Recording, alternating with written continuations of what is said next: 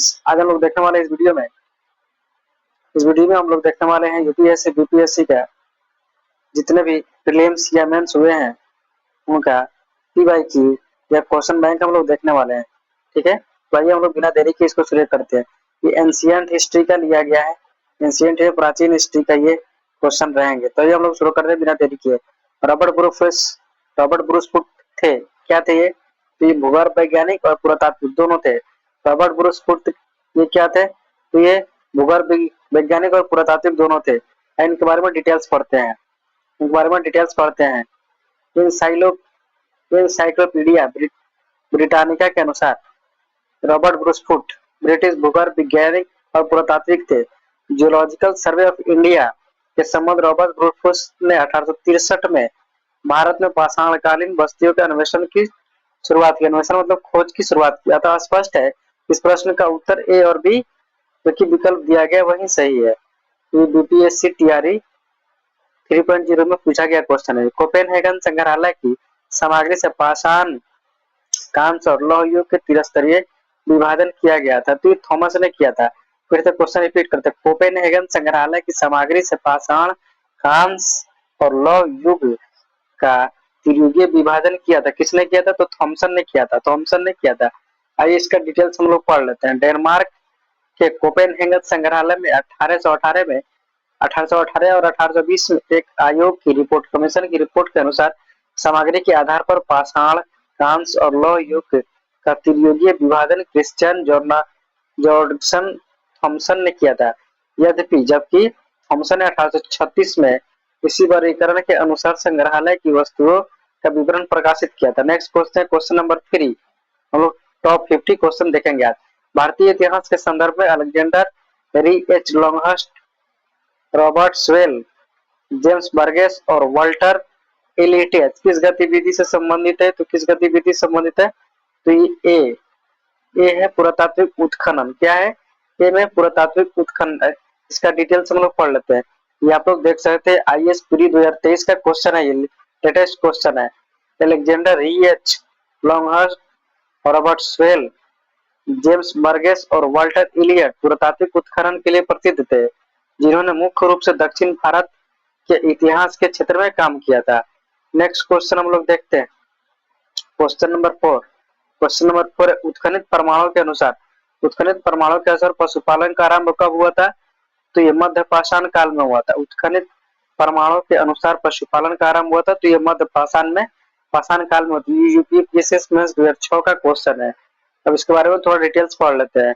मध्य पाषाण काल के अंतिम चरण में पशुपालन के साक्ष्य प्राप्त होने लगते हैं। ऐसे पशुपालन के साक्ष्य भारत में आदमगढ़, नर्मदापुरम मध्य प्रदेश तथा बागोर भीलवाड़ा राजस्थान में है। ठीक है, नेक्स्ट क्वेश्चन देखते हैं। Question number 5। मध्य पाषाणिक प्रसंग में पशुपालन प्रमाण जहां मिले वो स्थान क्या था? तो आदमगढ़ था। इसके बारे में देख सकते हैं। नेक्स्ट देखते हैं हम लोग क्वेश्चन नंबर 6। क्वेश्चन नंबर 6 निम्नलिखित में से किस स्थल से हड्डी का उपकरण प्राप्त हुए हैं? तो ये महदहा से और सराय नहर राय से हुए। इसके बारे में डिटेल्स पढ़ लेते हैं। यूपीपीसीएस मेंस 2010 का क्वेश्चन है। नेक्स्ट क्वेश्चन, इसके बारे में थोड़ा डिटेल्स देखते हैं हम लोग। मध्य पाषाण कालीन महदहा उत्तर प्रदेश के प्रतापगढ़ जिले में स्थित से बड़ी मात्रा में हड्डी एवं सींग निर्मित उपकरण प्राप्त हुए हैं। जी.आर. शर्मा महदहा में 3 क्षेत्रों में उल्लेख प्राप्त करते हैं, जो झील क्षेत्र, बूचड़खाना संकुल क्षेत्र एवं कब्रिस्तान निवास क्षेत्र में बटा था। बूचड़खाना संकुल क्षेत्र से ही हड्डी की सींग निर्मित उपकरण एवं आभूषण के बड़े पैमाने पर पाए गए हैं।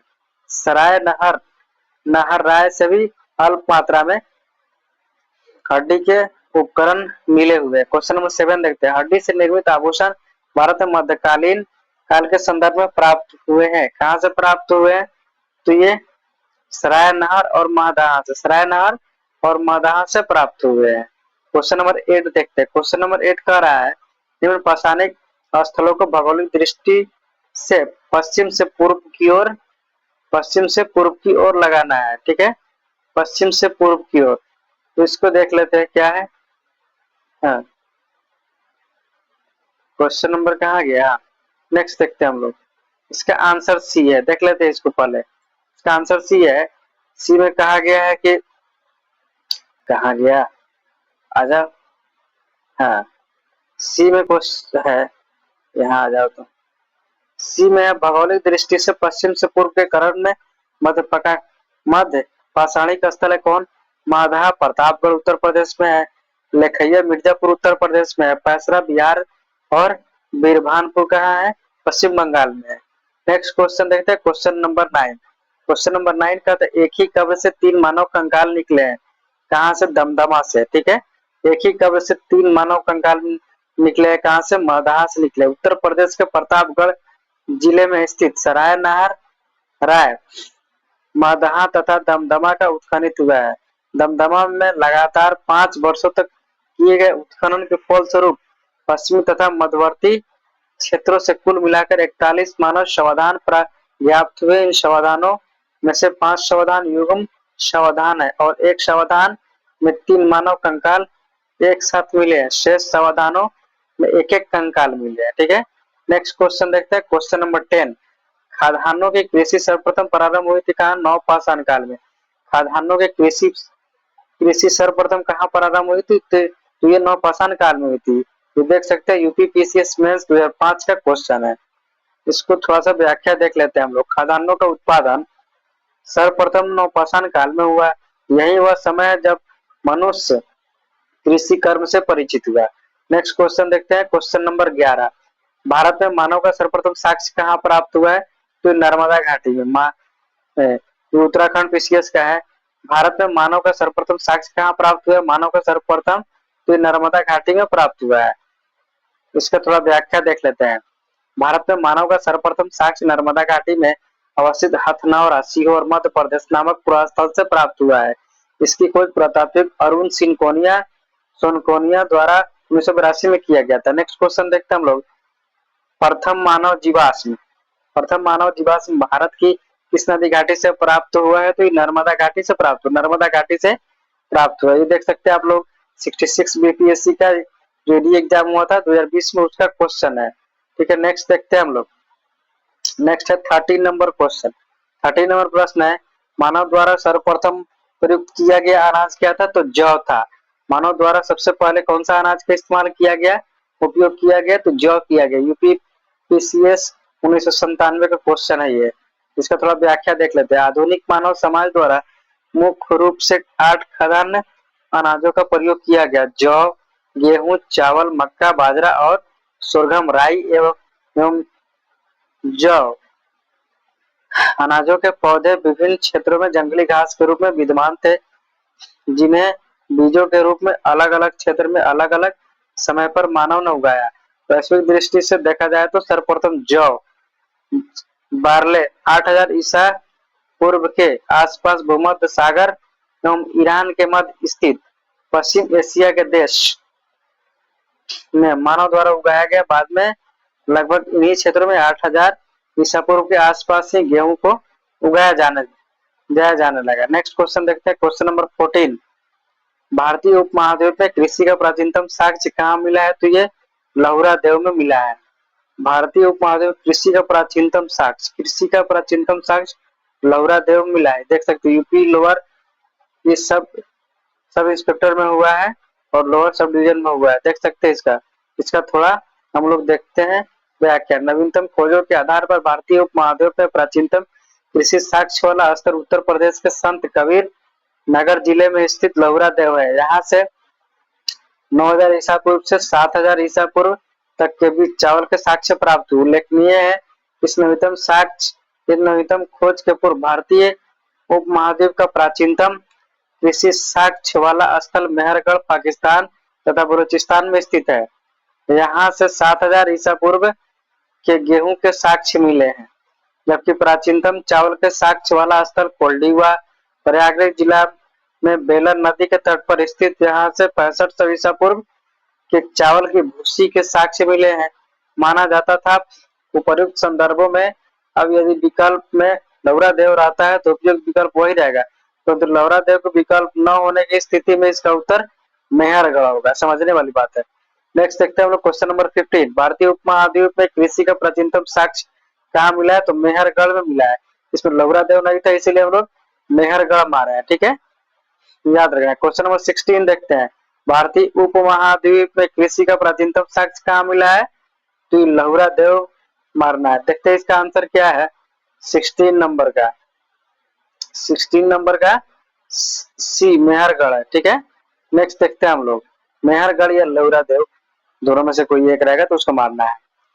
क्वेश्चन नंबर 17 नवपाषाण युग में भारतीय उपमहाद्वीप के उत्तरी पश्चिमी क्षेत्र में निम्नलिखित में से किस स्थान पर कृषि अभ्युदय प्रारंभिक प्रमाण मिले हैं तो ये मिले हैं मेहरगढ़ में मिले हैं, मेहरगढ़ में। ये छत्तीसगढ़ पीसीएस का है।